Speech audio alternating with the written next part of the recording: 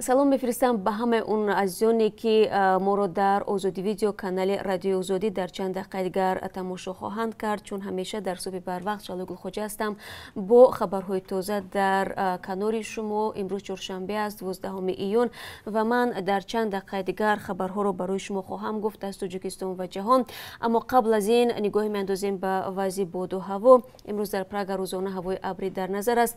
интизор меравад ки ҳарорат то 33 дараҷаро ташкил намояд. дар Москав ҳаво боронӣ ва то 27 дараҷа гарм хоҳад буд. дар Санкт-Петербург имрӯз ҳаво камабр ва 16 дараҷа гарм мешавад. дар Душанбе обу-ҳавошиносон ҳавои офтобиро пешгӯӣ карданд. дар давоми рӯз гармӣ ба 28 дараҷа хоҳад расид. дирӯз дар Кумитаи андози Тоҷикистон тағйироти кадрӣ ба амал омад. Абдусалом Раимзода, Нарзулло Маликзода ва Кабатулло Меликзода муовинони нави раиси Кумитаи андози Тоҷикистон таъин шуданд. дар ин бора рӯзи 11 июн қарори ҳукумати Тоҷикистон содир шуд. дар бораи Абдусалом Раҳимзода ва Кабатулло Меликзода иттилои кофӣ дар даст нест, вале Нарзулло Маликзода қаблан дар мақоми сардори раисияти ташкили андозбандии Кумитаи андоз кор кардааст. ин таъинот баъди як моҳи мулоқоти раиси ҷумҳурии Тоҷикистон бо намояндагони бахшҳои молия, андоз, гумрук ва бонкдории кишвар сурат гирифт. дар ин ҷаласа мақомот барои роҳ додан ба камбудиҳо гап шуниданд ва танҳо пас аз 4 рӯзи он ду муовини раиси Кумитаи андоз Пуллоҷон Юсуфӣ ва Лола Сафарзода аз вазифаи муовини раиси Кумитаи андози Тоҷикистон барканор шуданд.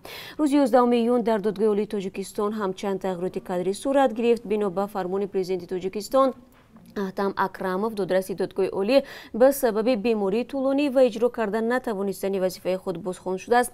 ҳамчунин раиси ҷумҳур пешниҳод кардааст Шавкат Лутфуллозода, муовини аввали раис ва Хусрав Давлатзода, Маҳмад Раҳмонзода ва Рухшона Ҳаким додрасиҳои Додгоҳи олии Тоҷикистон шаванд.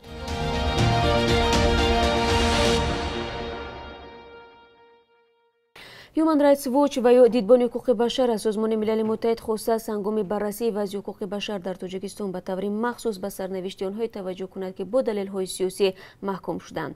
ҷаласа моҳи июли имсол дар Женева баргузор хоҳад шуд. дар муроҷиати дидбони ҳуқуқи башар аз 11 июн гуфта мешавад аз соли 2014 то кунун беш аз 150 нафар аз фаъолони сиёсиву ҷамъиятӣ, ҳуқуқшиносон, мухолифони сиёсӣ ва дигарон бар асоси заминаҳои сиёсӣ ба зиндон маҳкум шуданд. ин дар ҳолест ки мақомоти Тоҷикистон ҳамеша вуҷуди зиндониҳои сиёсӣ дар маҳбасҳои ин кишварро рад карданд. мақомот мегӯянд онҳое ки дар гузоришҳои байналмилалӣ ҳамчун зиндонии сиёсӣ зикр мешаванд барои аъмоли ҷиноӣ ҳукм гирифтанд, на фаъолияти сиёсӣ. аммо ба навиштаи Human Rights Watch дар фазои афзоиши саркӯбҳои сиёсӣ ва маҳдудиятҳои озодии баён ки аз соли 2015 оғоз шудааст, даҳҳо нафар ҳукми тӯлонӣ гирифтанд ва ҳуқуқи онҳо дар дохили зиндон ҳам поймол мешавад. фаъолони ҳуқуқ аз сарнавишти даҳҳо нафар ёдовар шуда аз Созмони Милали Муттаҳид хостанд ки мавқеи ҳукумати Тоҷикистонро нисбат ба вазъи нигаҳдории ин шахсиятҳо ва имкони бозбинии парвандаҳояшон бипурсанд. Human Rights Watch инчунин ба ошӯбҳо дар зиндони Хуҷанд ва Ваҳдат дар моҳҳои ноябри соли гузаштаву моҳи майи имсол таваҷҷӯҳ кардааст. масъулони созмон гуфтанд дар дохили зиндон шароити зоҳиран ихтилоф миёни пайравони Доиш ва ҳизби Наҳзати Исломии Тоҷикистон эҷод шудааст ва ин ҳолат ба ҷони зиндониҳои сиёсӣ аз ҳизби феълан дар кишвар мамнӯи Наҳзати Исломӣ хатар эҷод мекунад. феълан мақомоти тоҷик ба ин изҳорот вокуниш накарданд, вале ба иттилои расмӣ қарор аст рӯзҳои 2 ба 3 июл дар Женева гурӯҳе аз ҳукумати Тоҷикистон дар нишасте бо аъзои Кумитаи ҳуқуқи башари Созмони Милал ширкат кунад.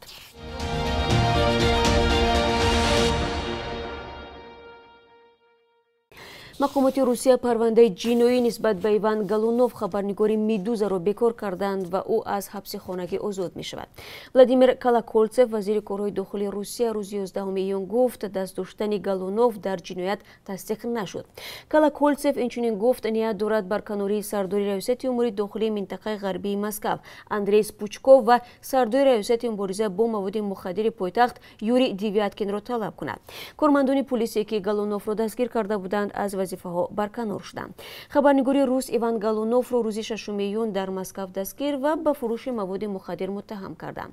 полис гуфт аз ҷуздони Галунов ва хонааш маводи мухаддир ёфтааст, вале Галунов таъкид карда буд ки мақомот мехоҳанд ба ин васила аз ӯ барои гузоришҳояш дар бораи фасоду ришвахорӣ интиқом бигиранд. ӯ гуфт маводи мухаддирро дар сумкааш ҷой карданд. созмонҳои байналмилалии хабарнигорони шинохта, сиёсатмадорон ва фарҳангиён ба ҳимоят аз Иван Галунов бархостанд ва تحقیق منصفانه پرونده را طلب کردند. قرار بود امروز به خاطر حمایت از این روزنامه‌نگار خبرنگاران و فعالان سیاسی و طرفدارانش با طلب رهایی او راهپیمایی کنند.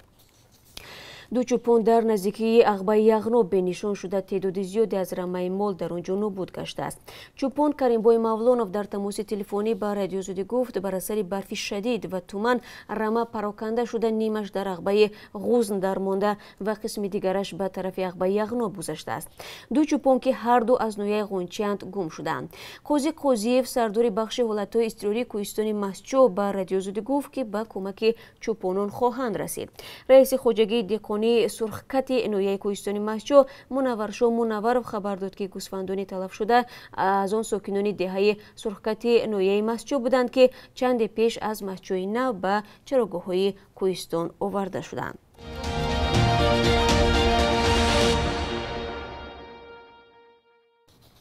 دو گروه حامی حقوق بشر قزاقستان از حکومت این کشور دعوت کردند که بازداشت صدها اعتراضگر در انتخابات پرزیدنتی 9 ایون را تحقیق کنند. 11 ایون بیوروی قزاقستانی حقوق بشر و بنیاد حاکمیت قانون و حقوق بشر اظهارات پخش نموده بر ضد به قول آنها پایمالشوی وسیع مقیاس حقوق بشر و آزادی سخن و جمع آمد اعتراض کردند. روز 9 ایون در جریان انتخابات پرزیدنتی پیش از مهلت صدها اعتراضگر از طرف پلیس دستگیر شدند. اعتراضگران نتیجه های پیشکی انتخابات را مورد سوال قرار دادند. یادآوری است که در انتخابات 9 ایون پرزیدنت موقت قاسم جمعت توقیف که از طرف سابق پرزیدنت خودکامه قزاقستان نورسلطان نظربایف وارث تعیین شده بود پیروز گردید. و بازم برمیگردیم با خبرهای تاجیکستان و تشکر میگیم از همه که تا این دقیقه ها صحبت ما را در آزادی ویدیو تماشا کرده اند. تاجیک صادرات بانک برای فروش 80% سهمیه‌هایش خریدار می‌جوید. این مقدار سهمیه‌های بانک را 300 میلیون دلار نرخ گذاشتند. اعلان فروش سهمیه‌های تاجیک صادرات بانک را اداره دولتی مسئول جلب سرمایه‌ها توج اینوست نشر کرد. ولی کارشناسان میگویند قرض‌های زیادی مشکل ستون و عهده‌داری‌های زیاد در نزد میزبان 200 است که می‌تواند سرمایه‌گذاران را از خریدن سهمیه‌های بانک گریزاند. در تاجیک صادرات بانک روز 11 ایون به رادیو زودی گفتند این همان سهمیه‌هایی هست که هنگام به مشکل دچار شدن بانک در 2 سال پیش دولت آن را خریده بود. سال 2017 دولت 2 میلیارد و 250 میلیون سومانی مبلغ جدا کرده سهمیه‌های بانک را خرید. قرار بود بانک در دوام 5 سال مبلغ را به دولت بازگرداند. حالا ماموریت بانک کوشش دارند که سهمیه‌ها را فروخته مبلغ را به دولت بدهند. گفتم صحبت رادیو زودی. عین زمان ماموریت تاجیک صادرات بانک با سرمایه‌گذاران عربستان سعودی شرکت سعودی اینوستمنت گروپ که به شاهزاده الولید از خاندان آلی سعود مربوط است برای فروش سهمیه‌هایش وارد گفتگو است. سال قبل ماموریت تاجیک صادرات بانک گفته بود که با این شرکت سعودی 51% از سهمیه‌هایش را می‌فروشد، اما تا به حال این دو صورت انجام نشده است.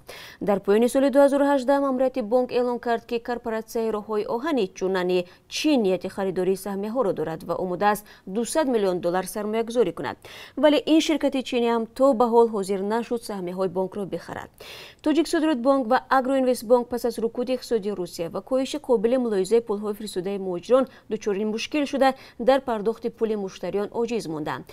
تا به حال پرداخت پذیری این بانک‌ها پورا برقرار نشده است و ده‌ها امانتگزاران هنوز انتظار بازگرداندن مبلغ‌هایشان از بانک‌ها هستند.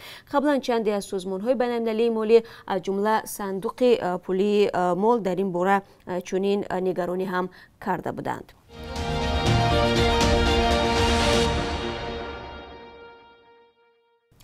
در زن و زنی میان خوانندگان مکتب در شهر کولوب چند نفر زخمی شده است. منابع رادیو زودی گفتند که دست کم یکی از خوانندگان را در بیمارستان ولایتی بستری کردند. تحقیق حادثه از طرف ماموران میلیسا ادامه دارد. زن و زنی روز 11 ایون بین بعضی از خوانندگان مکتب‌های رقم 5 و 8 کولوب رخ داده است. انگیزه زد و خورد معلوم نیست. مقامات گفتند تنها پس از انجام تفتیشات معلوم خواهند کرد که چی کار شده است و در این باره معلومات میدهند. ولی برخی از شاهدان گفتند در زن و زنی گویا از کورد استفاده شده است. بار اول نیست که در تاجیکستان میان خوانندگان مکتب زن و زنی به عمل میاد. در گذشته در چنین زن و زنی ها در دوشنبه چند نفر زخمی و کشته شدند. али экспресс фурӯшгоҳи бузурги интернетии Чиния дорад ки дар Тоҷикистон дафтари худро боз карда савдои молҳои ин кишварро густариш бидиҳад. Ин фурӯшгоҳ ҷузъе аз ширкати бузурги Алибаба группи чин аст. Бозорҳои Тоҷикистон феълан пур аз маҳсулоти чинӣ мебошад ва туҷрони тоҷик аз он нигаронанд ки бозори интернетӣ бо нархи нисбатан арзон метавонад ба тиҷорати онҳо зарбаи сахт бизанад. Рики Сью, сардори раёсати боркашонии байналмилалии Алиэкспресс, охири ҳафтаи гузашта дар нишасти иқтисодӣ дар шаҳри Санкт-Петербурги Русия гуфтааст, Тоҷикистон бо мавқеи ҷуғрофии худ аз ҷиҳати боркашонӣ барои ин ширкат ҷолиб аст. Маъмурияти Алиэкспресс айни замон чанд интихоби ҳамкориро бо Тоҷикистон баррасӣ доштааст. Ин ширкат ният дорад дар Тоҷикистон барои нигаҳдории молҳо низ анбор ташкил кунад. Рики Сьюз гуфтааст, фурӯшгоҳи интернетии Алиэкспресс дар Тоҷикистон чандон муштарии зиёд надорад. Ба гуфтаи ӯ, кори номутадили интернет ва нархи гарони он ва ҳамчунон корти бонкиву ҳамёни электронӣ надоштани сокинон боис шудааст ки онҳо аз мағозаҳои онлайнӣ кам истифода кунанд. Вале ба таъкиди ин мусоҳиб, вақте намояндагии ширкат дар Тоҷикистон боз шуд, савдои онлайнӣ густариш меёбад.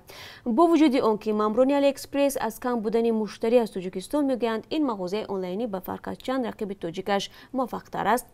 айни замон ширкати давлатии поштаи тоҷик бо Алиэкспресс шартномаи хос дорад ва молҳои аз тариқи ин фурӯшгоҳ дархостшударо ба соҳибонаш ба ривази ҳамагӣ 14 сомонии ён ки беш аз $1 дастрас мекунад. ва бинандагони азиз, дар ин қисмати суҳбат рӯ меорем ба корби асъори хориҷӣ ки барои имрӯз аз сӯи Бонки Миллӣ чунин таъин шудааст. $1 9 сомониву 43 дирам, €1 10 сомониву 67 дирам ва 1000 рубли русӣ баробар аст ба 146 сомониву 20 дирам. бо ташаккур аз якояки шумо барои таваҷҷӯҳатон, мо ҳамаи шуморо баъд аз камтар аз 30 соат бозам дар тақдими пахшҳои дигари худ мунтазир мешавем, аз ҷумла дар тақдими сархатҳои хабарҳои рӯз ва барномаи хабарӣ ки баъд аз тақрибан 30 соати дигар тақдими шумо хоҳад шуд. то он вақт рӯзи хуб дошта бошед ва худо нигаҳдор.